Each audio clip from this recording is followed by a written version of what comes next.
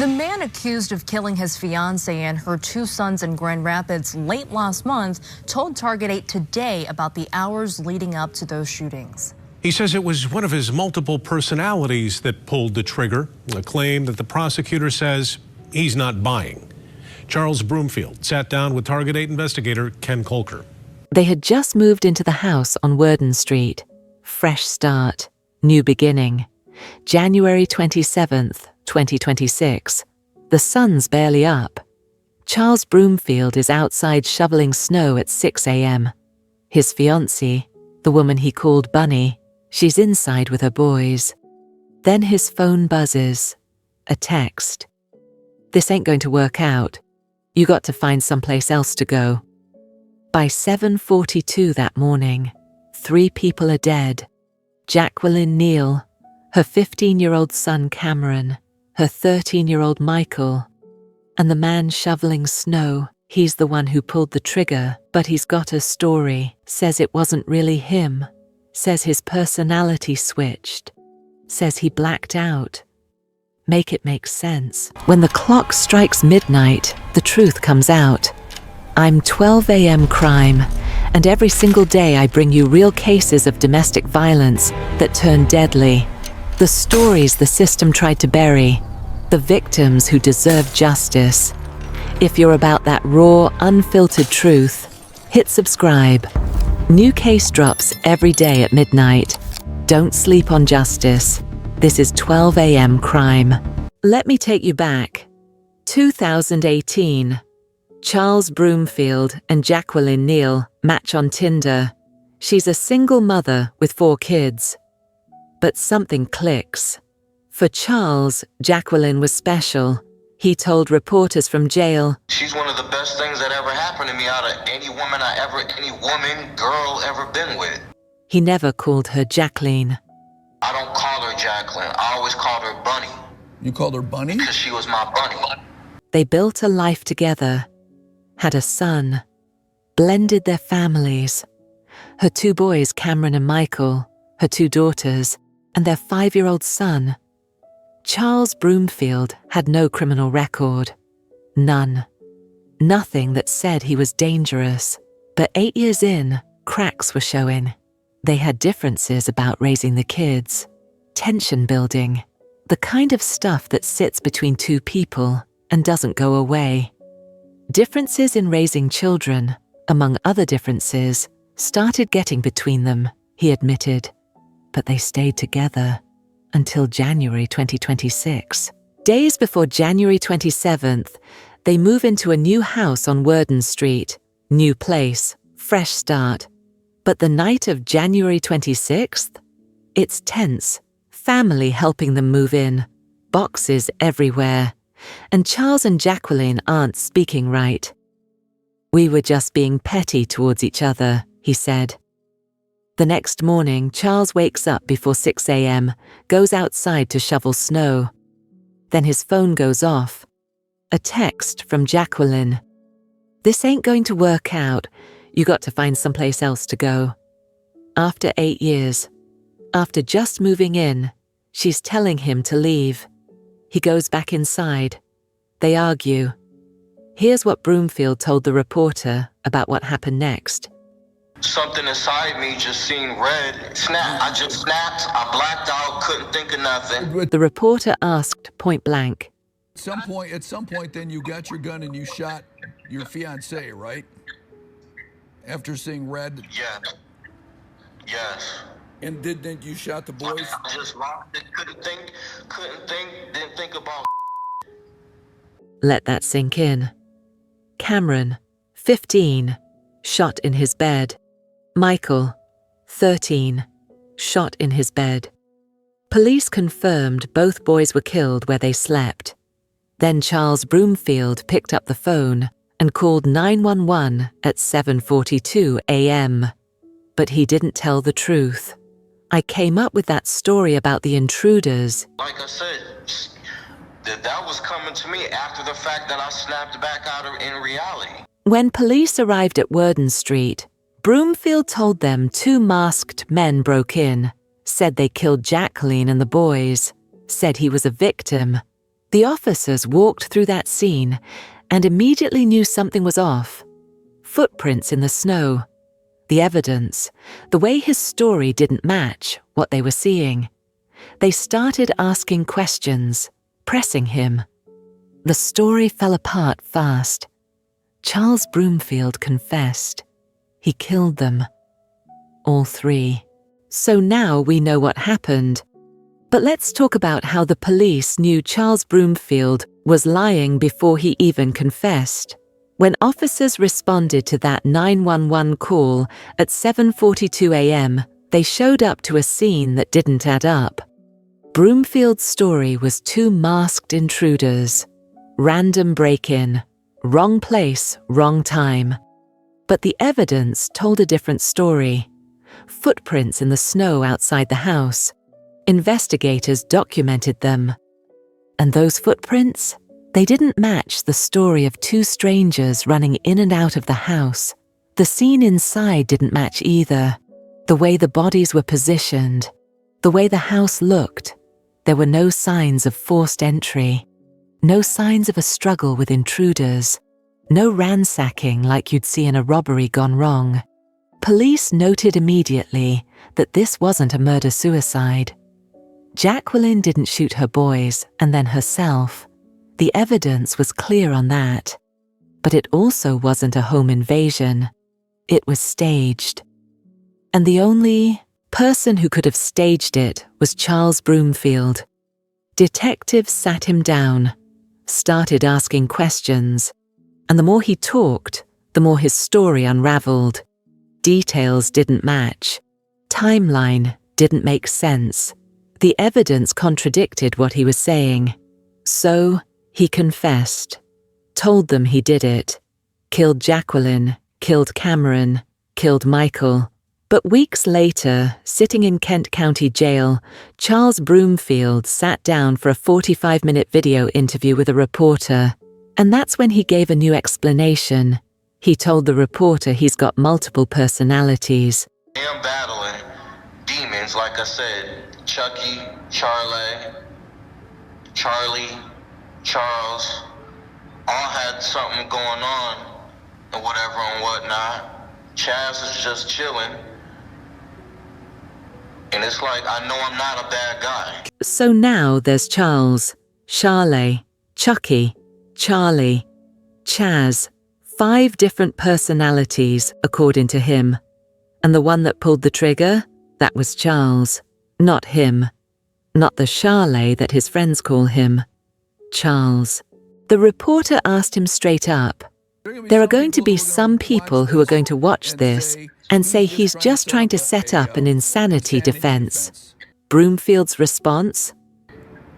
I'm not trying to set up nothing because, like I said, I have no criminal record, period. I never hurt anybody a day in my life. He's claiming he's not a bad guy, that he's never hurt anyone, that it was one of his other personalities. But here's the thing.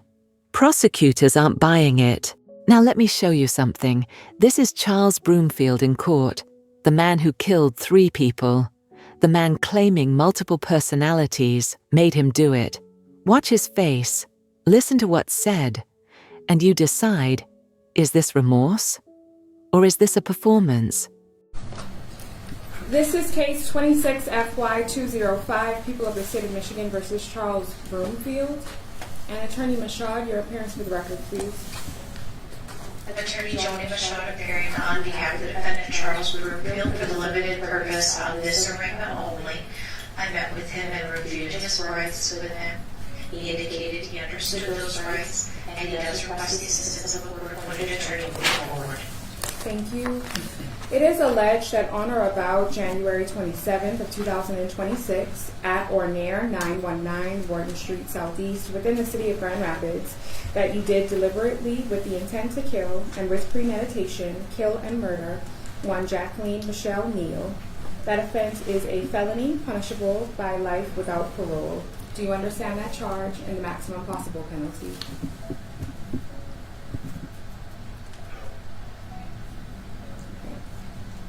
Attorney Mashad, would you like to assist Mr. Broomfield in understanding the charge as it has been read by the court? Mr. Broomfield, do you understand the nature of the charge that the judge read to you, that it is a charge of murder? And do you understand that the maximum possible penalty is up to life in prison without the possibility of parole? Okay. All right, thank you, Attorney Mashad. It is then alleged that on the same date and in the same location, you did deliberately, with the intent to kill and with premeditation, kill and murder one Michael Kilpatrick. That offense is a felony punishable by up to life in prison without parole. Do you understand that charge and the maximum possible penalty? It is alleged that on the same date and in the same location, you did deliberately, with the intent to kill and with premeditation, kill and murder one Cameron Kilpatrick. That offense is also a felony punishable by life in prison without parole. Do you understand that charge and the maximum possible penalty? It is then alleged that on the same date and in the same location, you did carry or have in your possession a firearm, specifically a handgun, at the time that you committed or attempted to commit a felony, specifically a homicide. That offense is a felony punishable by 2 years consecutively with and preceding any term of imprisonment imposed for the felony or attempted felony. Do you understand that charge and the maximum possible penalty?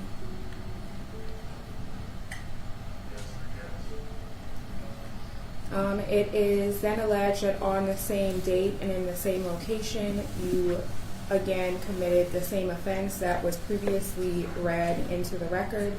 It has, again, a maximum possible penalty of 2 years consecutively with and preceding any term of imprisonment imposed for the felony or attempted felony conviction.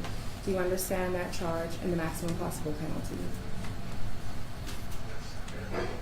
Lastly, there is, again, the same allegation that you did carry or have in your possession a firearm, specifically a handgun, at the time that you committed or attempted to commit a felony, specifically a homicide. And again, that is punishable by up to 2 years consecutively with and preceding any term of imprisonment imposed for the felony or attempted felony conviction. Do you understand that charge and the maximum possible penalty? Did you have the opportunity to discuss your rights with your attorney? Did you understand those rights?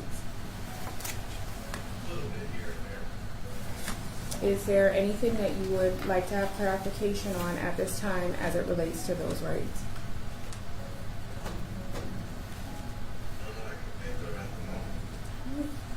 An attorney will be appointed for you, and your case will be set for 2 court dates.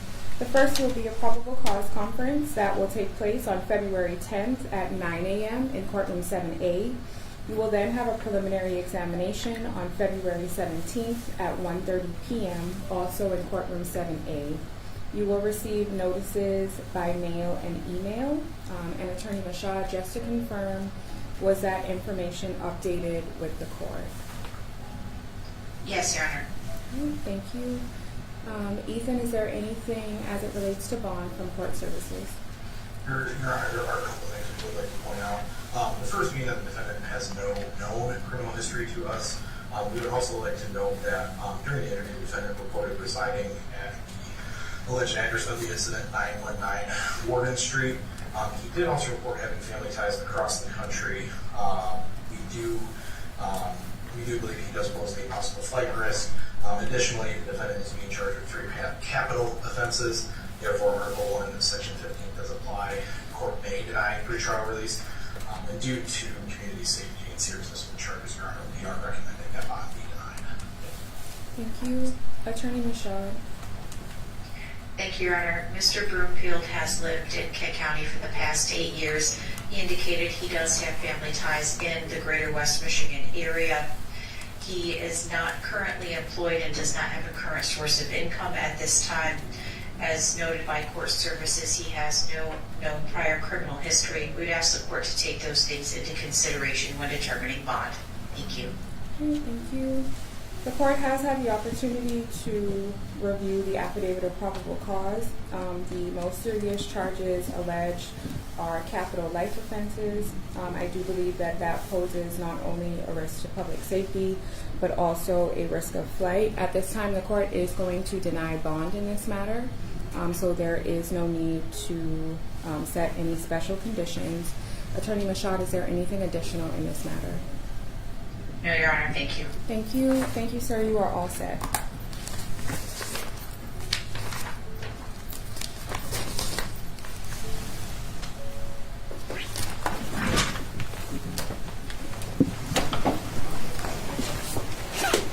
The court is going to continue with arraignment at this time. If the media would like to not stay for the remainder of the arraignment, you are able. Here's what we're left with. 3 people dead. A 5-year-old boy without his mother and brothers. A man sitting in jail claiming he's battling demons and multiple personalities. A prosecutor who says that's not going to fly. And a community asking, how do we stop this from happening again? Because this is the thing about domestic violence. It doesn't always announce itself. There's not always a police report. Not always bruises people can see. Not always screaming that neighbors hear. Sometimes it's quiet. Sometimes it builds behind closed doors over years. Sometimes it's tension that nobody outside the relationship fully understands. Charles Broomfield had no criminal record. Jacqueline Neill was described as a devoted mother. By all outside appearances, they were a family. Until they weren't. The investigation continues. Authorities haven't publicly identified a clear motive, but does a motive really matter? Does it change anything? 3 people are still dead. Text message. An argument. A man who says he snapped. That's not a motive. That's not a reason. That's an excuse. And the family's left behind. They don't get closure from excuses. So what's the lesson here? Maybe it's what Jacqueline's family said. Ask the questions. Check on people. Don't assume everything's fine just because it looks fine. Are you safe? Are you okay? Do you need help? 3 questions that could save a life. This is the story of Jacqueline Neill, Cameron Kilpatrick, Michael Kilpatrick. 3 lives that mattered. 3 people who deserved better than what happened on Worden Street. Remember their names. Remember what this cost. And if you know someone dealing with domestic violence, don't wait. Don't assume they'll ask for help. Don't think it's not your business. Ask. Listen. Act. Because the next time it could be too late. That's it for this one. If this story hit you, hit that like button. Subscribe if you haven't already, and share this with someone who needs to hear it. Stay safe out there, check on your people, and remember, love shouldn't hurt. This is 12 a.m. Crime. I'll see you in the next one.